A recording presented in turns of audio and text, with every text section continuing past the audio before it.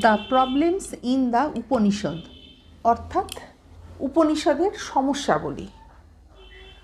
আজকের এই টপিকটা নিয়ে আলোচনা করব। প্রথমেই বলা দরকার, উপনিষদের যে সব প্রধান প্রধান সমস্যা তা হলো, নাম্বার 1, সেই বস্তুটা কি যাকে জানা হলে সব কিছুই জানা হয়। এমন কিছু রয়েছে যেটাকে আমরা জানলে সব কিছু জানতে পারি, আমাদের মনে শান্তি হয় এবং আমরা সমস্ত কিছু জেনে আমরা উপলব্ধি করতে পারি, সেই বস্তুটাকে জানা। উপনিষদের ঋষিদের লক্ষ্য ছিল পরম তত্ত্বের জ্ঞান লাভ করা। তারা বিশ্বাস করতেন যে জগতের এই প্রকাশ্যমান রূপের অন্তরালে এমন কোনো আত্মার অস্তিত্ব আছে যাকে জানলে মন, বুদ্ধি এবং ইন্দ্রিয় শান্তি লাভ করতে সক্ষম হয়।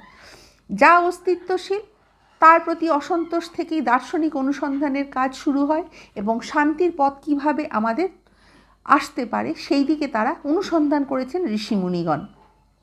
ইন্দ্রিয় আমাদের অবভাসের জ্ঞান দেয়, সুতরাং পারফেক্ট জ্ঞান লাভ করতে গেলে আমরা ইন্দ্রিয়ের মাধ্যমে সেগুলো কখনোই পাই না। যথার্থ আত্মার জ্ঞান দিতে পারে না কখনোই ইন্দ্রিয়। বহুর মধ্যে একের, বিভেদের মধ্যে অভেদের জ্ঞান লাভই হলো মানুষের স্বাভাবিক আকাঙ্ক্ষা।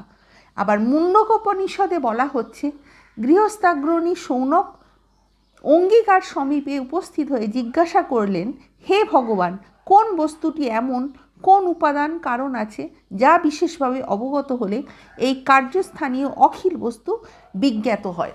অর্থাৎ উপনিষদের প্রধান লক্ষ্য হলো আমরা কিভাবে শান্তি লাভ করতে পারি, কিভাবে পরম তত্ত্বের লাভ করতে পারি এবং যে জ্ঞানটা আমরা পাবো সেটা সঠিক জ্ঞান, সেটা কখনো পরিবর্তনশীল হবে না।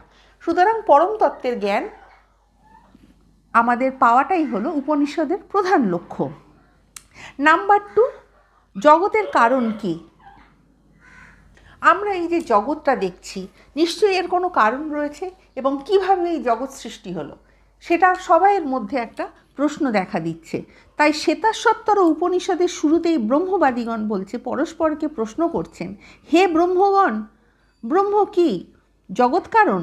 আমরা কোথা থেকে উৎপন্ন হয়েছি, কার দ্বারা জীবিত আছি এবং অবশেষে কোথায় অবস্থান করব?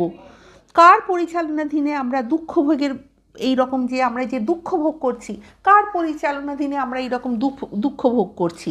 তারপরে পুনর্জন্ম, আত্মার অমরত্ব, কর্মফল, এই সব আলোচনার প্রসঙ্গে যে সব মূল প্রশ্নের আবির্ভাব হয় তা কিন্তু এই যে জগৎ কারণকে যে এই যে সব কিছু আমরা কিন্তু জানার একটা আমাদের কিন্তু একটা আগ্রহ থেকে থাকে যে কোথা থেকে আসছি, কীভাবে